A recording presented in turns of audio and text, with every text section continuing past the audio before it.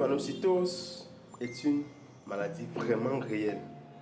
J'ai l'impression que beaucoup ne prennent pas au sérieux ce qu'on leur donne comme conseil. On va toujours voir des personnes aller faire des mariages, aller vivre en concubinage sans avoir fait leur électrophorèse. Parce qu'ils ne sont pas conscients des conséquences que cela peut avoir plus tard. 2 ans, 5 ans, 10 ans plus tard. Eh bien, vous allez former des couples, vous allez bien vous aimer, vous allez faire tout ce qu'il y a à faire.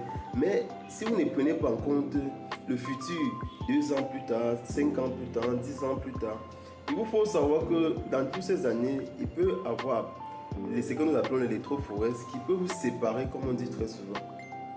Si vous êtes en couple et que vous n'avez pas encore fait l'électrophorèse, il est préférable d'aller le faire.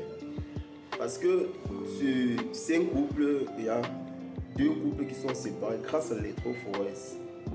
Ces personnes qui sont conscientes des conséquences que cela peut avoir dans leur futur vont se séparer sans ambiguïté. Mais aujourd'hui, on va voir certains qui vont se dire s'aimer, mais ne vont pas prendre cela en compte et vont continuer donc à proliférer, tu vois. Donc du coup, ils vont multiplier les enfants drépanocytaires.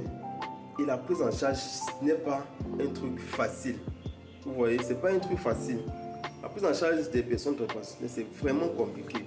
La gestion des crises, la gestion des maladies, l'alimentation, c'est très compliqué à gérer. Donc si vous n'êtes pas conscient de cela, prenez conscience dès maintenant et allez faire vos électrophorèses. Rendez-vous dans un centre, demandez à vouloir faire votre électrophorèse, soit avec votre partenaire si vous êtes déjà en couple ou individuellement. Mais cela vous aidera plus tard. Lorsque vous allez vouloir vous marier, lorsque vous allez vouloir faire des enfants. C'est un examen très important, très capital. Donc faites cela et prévenez les enfants drépanocytaires.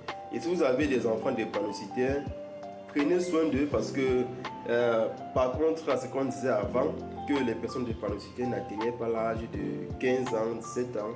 Aujourd'hui, les personnes drépanocytaires peuvent atteindre facilement l'âge de 50 ans et avoir même des enfants, bien sûr, parce qu'il y a des personnes drépanocytaires qui ont même des enfants. Donc prenez soin de vous et prenez soin de votre partenaire, c'est très important.